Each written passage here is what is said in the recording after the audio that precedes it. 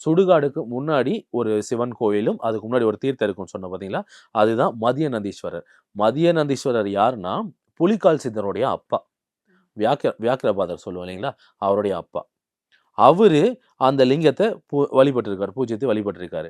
அவருடைய ஞான ஞான திருஷ்டியில தெரிஞ்சிருக்கு. அவருக்கு பையன் பொறக்கணும். அந்த பையன் சிவனுடைய பக்தியில ரொம்ப பெரிய அளவுல ஈடுபாடா இருப்பாரு அப்படின்னு தெரிய வந்திருக்கு. அவருடைய பையன பொறந்ததுக்கு அப்புறம் தில்லை வனத்துல இருக்க ஆதிமூலவர் லிங்கத்த போய் பார்க்க சொல்றாரு. யாரு? மதிய நந்தீஸ்வரங்கிற புலிக்கால் சித்தருடைய அப்பா. இவரு அங்க போய் பார்க்குறாரு. அந்த ஆதிமூல லிங்கத்த அவரும் வழிபடுறாரு.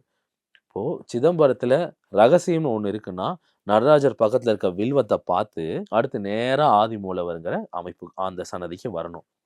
அங்க வந்து அவர பார்த்துட்டு ஒரு 5 நிமிஷம் உட்காரணும். முடிஞ்சா ஒரு 1 கிலோ வில்வம் வாங்கி அந்த அந்த லிங்கம் ஆதிமூலவருக்கு குடுத்து அர்ச்சனை பண்ணுங்க. 1 கிலோ அதிகமா வாங்குங்க தப்பில்ல. ஏன்னா, அதுல இருக்க ஒரு வில்வம் அந்த ஒட்டுமொத்த வம்ச வர்க்கத்தோட சரித்திரத்த தலையெழுத்தையே மாத்தி போடும். சரிங்களா? அப்போ இந்த அமைப்ப வந்து அந்த ஆதி மூலவரால குடுக்க முடியும். ஏன்னா, அவரு நம்மகிட்ட "நீ அடுத்து எத தேடி போணும்? வாழ்க்கை என்ன? உன்னுடைய பிறவி பலன் என்ன? இந்த ஆன்மா எதுக்காக இந்த உடலை எடுத்தது?" அப்படிங்கிறதுக்கான காரணத்தையும், பதிலையும் அவரு குடுப்பாரு.